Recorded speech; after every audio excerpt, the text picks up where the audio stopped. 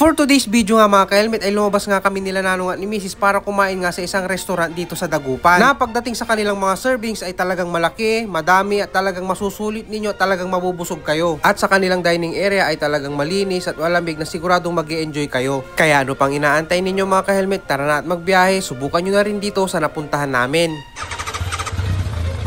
Ngayong araw nga mga ka-helmet ay pupunta nga tayo sa Dagupan para kumain sa isang restaurant na eto nga kahit maulan talaga ay sige sugod pa rin. Ay wala yang ulan-ulan kapag nagugutom ang tiyan. Matagal na din kasi naming planong kumain sa restaurant na to kaso ngayon lang kami nagkaroon ng pagkakataon at oras at syempre ng budget. Lahat kasi ng mga ginagastos natin ay dumadaan sa kamay ni Mrs. kaya talaga naka-budget. At ay na mga ka-helmet nakarating na kami dito sa aming pupuntahan sa Old Venecia Avenue, Lucao District, Dagupan City. Bali dito nga pala kami kakain mga ka-helmet sa Grumpy Joe dahil matagal lang gustong kumain nga dito ni Mrs. at ni Nanong. Tuwing pumupunta kasi kami ng Baguio, talagang gusto namin kumain dito kaso nga lang hindi namin mapunta-puntahan.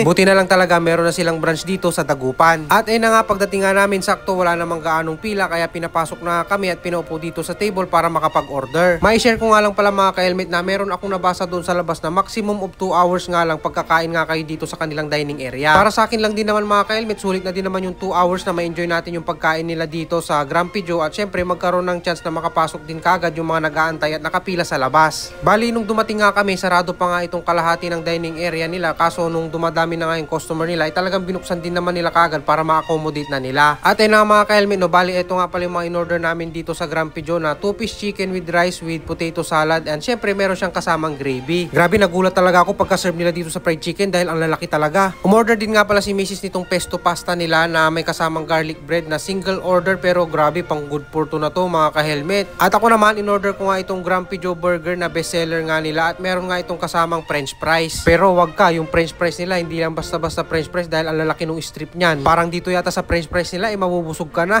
Bali umorder din nga pala kami nitong 9 inches na pizza nila na pepperoni nga yung flavor dahil yun nga ang paborito ni Nanong. At syempre dahil mahilig nga din tayo sa kape kaya umorder nga at sinubukan ko din itong caramel macchiato nga nila. Grabe, sobrang na-enjoy talaga namin yung mga pagkain nila dito sa Grumpy Joe mga ka-helmet, talagang sulit at saka talagang nakakabusog talaga. Tip ko lang sa inyo mga ka-helmet, kung kakain nga kayo dito siguraduhin meron kayong kasama dahil talagang hindi nyo kakayanin mag-isa kapag o-order nga kayo dito dahil yung mga single order nila ay talagang pwede nang paghatian ng 2 tao dahil malaki at saka madami talaga yung mga servings nila dito sa Grumpy Joe. Tulad na nga lang nitong in-order ko na Grumpy Joe burger na talagang hindi ko alam kung paano ko nga ito kakainin dahil ang laki. Sa bahay na lang kainin. Laki. Sa sobrang laki nga nung burger, hindi ko alam kung paano ko kakainin. Kaya sabi ko kay Mrs. sa bahay ko nang halang ito kakainin. Siya nga pala mga ka-helmet, kung sakaling magda-dine-in kayo dito tapos merong birthday celebrant sa inyong pamilya or sa inyong barkada, sa mga tropa ninyo, sabihin nyo lang dito sa Grumpy Joe at kakantahan nga nila yung birthday celebrant.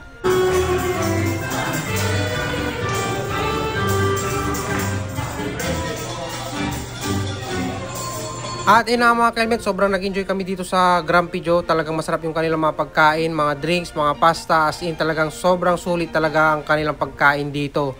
O paano mga ka-helmet, hanggang dito na lang muna ulit ang video natin. Maraming salamat sa inyong panonood at patuloy na suporta sa ating mga ina-upload na mga video. Ride safe lagi mga ka-helmet at hanggang sa susunod nating mga food trip at mga gala.